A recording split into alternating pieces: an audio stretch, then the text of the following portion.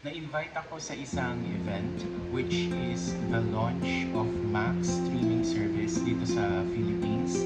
This is through a Facebook page called Let's Watch This, kung saan member ako and isa ako sa mga naimbitahan nila to represent our group.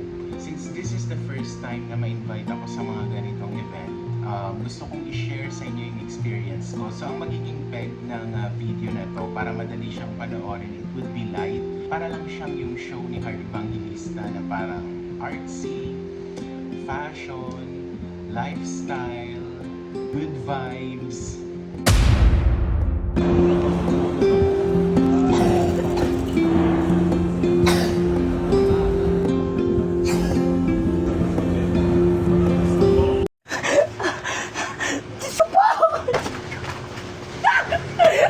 Diyos ko! Diyos ko! Diyos ko!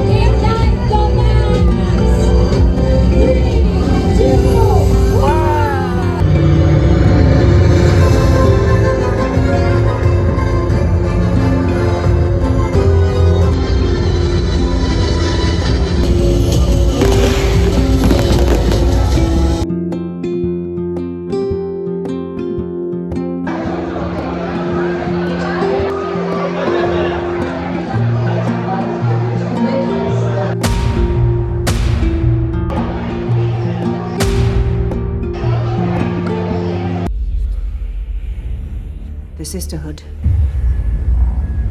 draws women from many worlds to advance our species and govern the future. The Imperium is fragile. The great houses fight for control.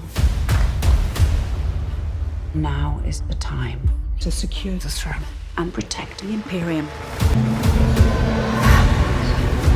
This endangers everything. There are secrets we have got to great lengths to keep.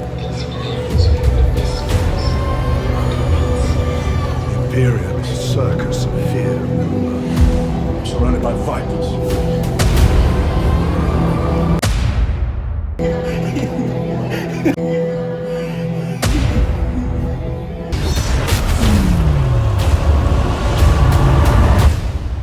Your Majesty, the troubles are far greater than just Arrakis. I run a school for young women. We're not a threat to anyone.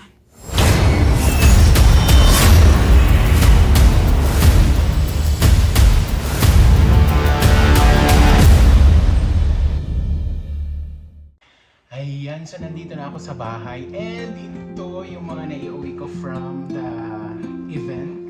Ayan. First is itong popcorn. Bobby, makita mo sa kanila yan. Popcorn. Coke. Light stick. Tapos stickers. Ayan.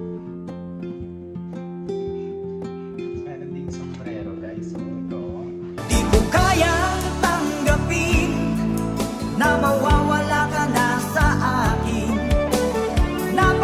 Meron ding mga rings. Ayan o. Ang cute, guys. Yung ring nila o.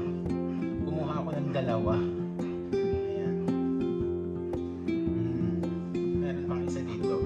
Gusto mo, Balbi? Siya pala yung sisterhood. So sabi nila, the sisterhood rewards those who obey the order. Let this gift remind you of the power you hold in the vision revealed to you. Sabi niya. Tapos meron sila nito. Hindi ko alam kung ano to. And ito, ang cute ng tumbler nila, guys, sa binigay ko. Ano siya, hindi siya yung cheap na tumbler. Pang mayaman siya, Balbi. ASMR. Yung mga tumbler natin sa Starbucks.